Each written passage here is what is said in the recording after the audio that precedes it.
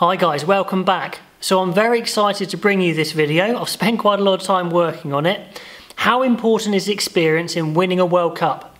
Now, we've heard a lot in the media and from all the head coaches about experience is vital for doing well in the World Cup, and we know it's well documented that all the winning sides in the modern era have had well over 600 caps, and the 2015 All Black side, possibly the best side of all time, were nearly 1,000 caps. So that made me think, how does the current era stack up? If the 7 teams that I tend to follow, England, Ireland, Wales, Scotland, New Zealand, South Africa and Australia, if they get to this World Cup final, how many caps would their starting 15 have? Now, obviously, I'd need to know their starting 15s, which is impossible to look into the future, but I've done quite a few videos picking what I think is the best 15 for each country, so I'm going to use largely that.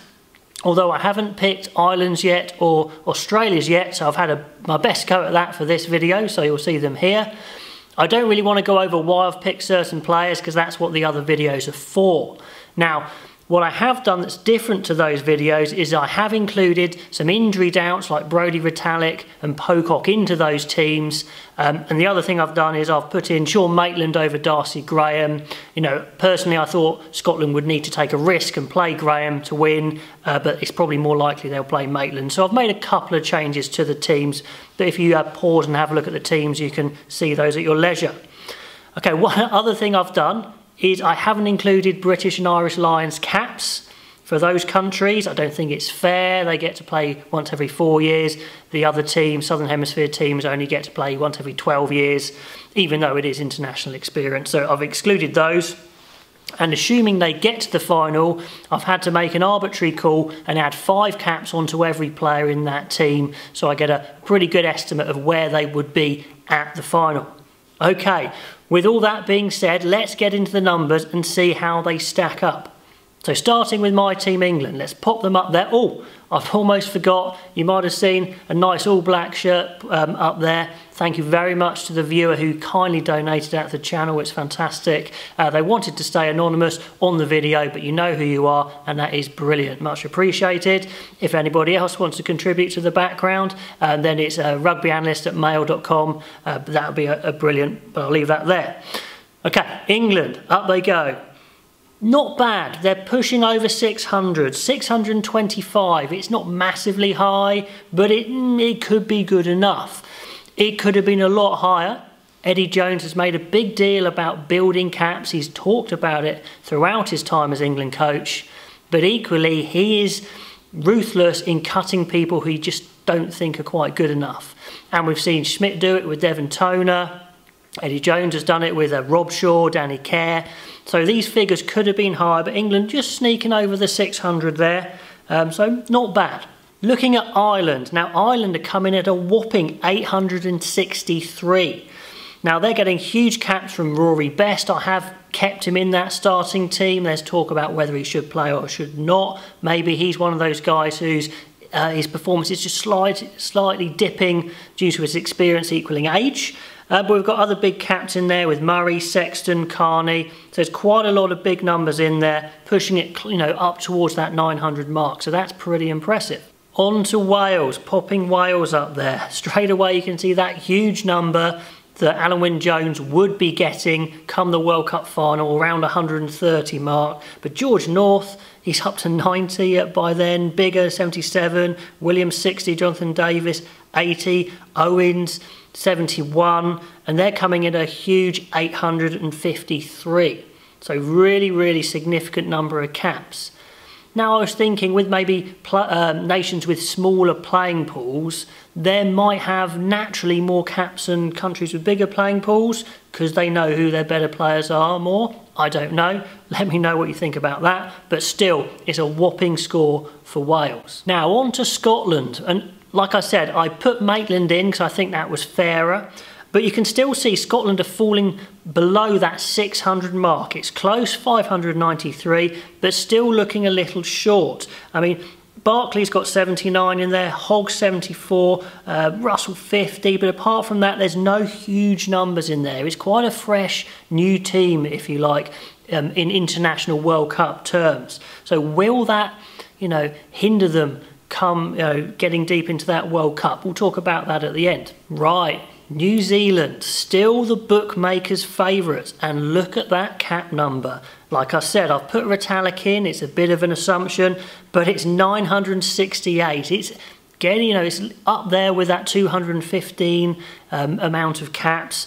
It's huge, nearly 1,000 caps. What a lot of experience spread out through the team. You've only really got Sevu Reece, who I've put in there as the inexperienced guy. But, Whitelock, 116, Reed, 126. Kane's, even Kane, 68, Bowden Barrett, 82, Ben Smith, 84. They're just stacked throughout that team. That's even without Owen Franks as well. It's looking very experienced. Right, the Springboks, South Africa, just over the 600 mark, 612. So quite low. It is over that 600 threshold I've been talking about. But looking down the list, you've got Etzebeth with 83, then quite a few around the 40s and the 50s, LaRue 60, but no huge numbers there. And that could be something to do with Rassie Erasmus having to rebuild this Springbok team after a bit of a disaster a few years ago. So maybe he's done as well as he could do, but certainly looking a little low.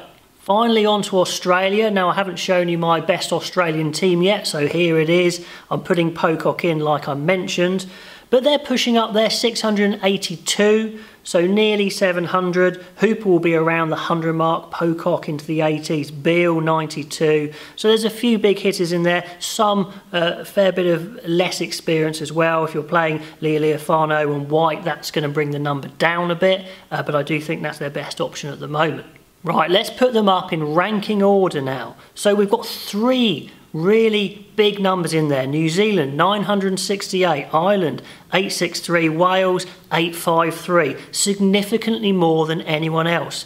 Does that mean these 3 have an advantage in a certain way? And then down the bottom, Scotland, South Africa, England, looking a bit shaky on the number of caps. Australia kind of into the middle there. Does that mean, one of the favourites like South Africa actually may have a bit of a disadvantage compared to New Zealand? If their players, let's assume they're 50-50 on players, could that be a difference? So I want to know your thoughts, because I think it's very much subjective how you read into this, if you do at all. But so what does experience give you? Well, what it definitely gives you is more caps, and more caps generally means you've been the best player in that country for a long time. So it kind of follows that you are a better player the more caps you have. Obviously, take into account as you get into your 30s, you could drop off athletically slightly, as some have. So generally more caps, better player, but not always. But what is true is you'll have seen more situations. You may get less nervous, and less will surprise you. If something comes up in the World Cup that's, unusual, experienced players may well have seen it before. And in situations like chasing games, going down to 14 men, that could be a big thing. I mean, take the extreme example, when Italy didn't contest rucks in the Six Nations against England. Those guys had never seen it before because it hadn't really been done before, and they didn't know what to do, even though the solution was fairly simple, pick and go until they have to contest. They hadn't seen it before, so they couldn't react very quickly. So, could we see a situation like that with the likes of South Africa, Scotland and England? I don't know. Anyway, guys, I just want to know what you think there, if you think they're interesting figures, and what your views are. Okay, hope you enjoyed that, guys. Until next time, I will see you then.